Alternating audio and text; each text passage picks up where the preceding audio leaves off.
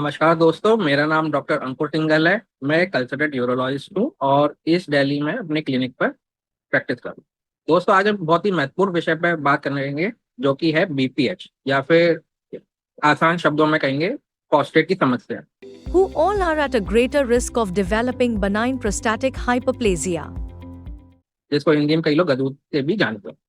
दोस्तों, ये जो समस्या है, जैसे जैसे पुरुषों की उम्र बढ़ती है, तो वैसे वैसे ये समस्या डेवलप करने लगते हैं। इस प्रॉब्लम से फेस करते समय उनको यूरिन में बार बार दिक्कत चालू हो जाती है, जैसे कि यूरिन में जलन, यूरिन पास करने में समय लगना, यूरिन धीरे आना, यूरिन करने में टाइम ज़्यादा लगना, फिर इनका फ्लो भी कम हो जाता है और साथ में हेजिटेंसी भी डेवलप हो जाती है। और जब लगता है यूरिन, तो कभी कभी एकदम से भाग के भी जाना पड़ता है। इसके साथ ही उनको कई बार रात में भी बार बार पेशाब करने के लिए उठना पड़ता है। दोस्तों, अगर आपके कोई भी नज़दीकी इस समस्या से गुजर रहे हैं, या फिर आपके कोई घर इस परिवार में ये समस्याएं आ रही हैं, या आप जूझ रहे हैं, तो दोस्तों अपने किसी भी नज़दीकी यूरोलॉजिस्ट को आपको दिखाना चाहिए। इससे क्या होगा, आप अगर ये समस्याओं के साथ अपने किसी पास में किसी नज़दीकी यूरोलॉजिस्ट को दिखाएंगे, तो वो आपकी समस्याएं सुन के आपको हो सकता है दवाइयाँ दे और कुछ उपयुक्त जांचें कराए। What are the various tests which can help diagnose benign prostatic hyperplasia? जांचों में जनरली वो एक अल्ट्रासाउंड कराते हैं, इस उम्र में एक पीएसए टेस्ट कराते हैं, और साथ ही में हो सकता है वो एक यूरोफ्लोमेट्री करके पेशाब के फ्लो का टेस्ट कराए।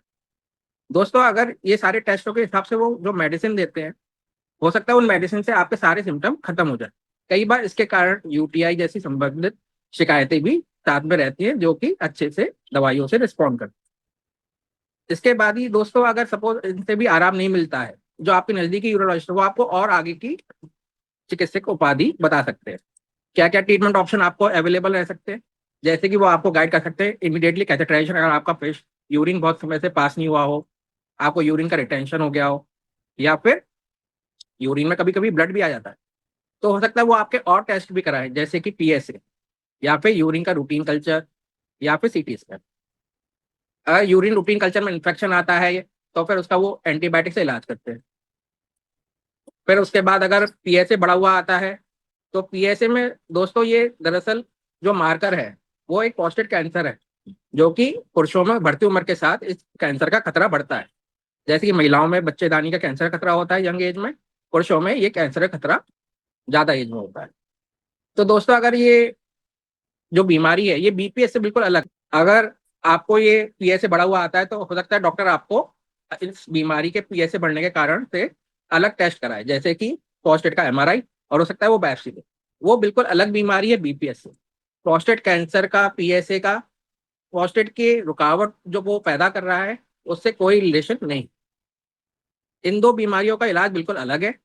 हो सकता है ये दोनों बीमारी एक साथ भी आपको परेशान कर रही है। What are the treatment options available for patients with benign prostatic hyperplasia?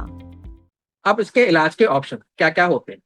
दोस्तों, आज का जो अपने पास ट्रीटमेंट ऑप्शन है, वो बहुत ही अच्छे हैं, पहले के ज़माने से बिल्कुल अलग है। ये टेक्नोलॉजी बिल्कुल इवॉल्विंग है। हर साल 2 साल में एक नई टेक्नोलॉजी आती है, लेकिन रिजल्ट्स बहुत अच्छे हैं। रिजल्ट कैसे अच्छे हैं कि आपको जो पहले के ज़माने में कट या चीरा लगा के कोई सर्जरी करता था प्रोस्टेट हटाने की, गदूद हटाने की, तो अब वो चीज़ें खत्म हो गई हैं। अब जनरली दूरबीन से ही पूरा ऑपरेशन हो जाता है। दूरबीन मतलब एंडोस्कोपिक लेजर सर्जरी।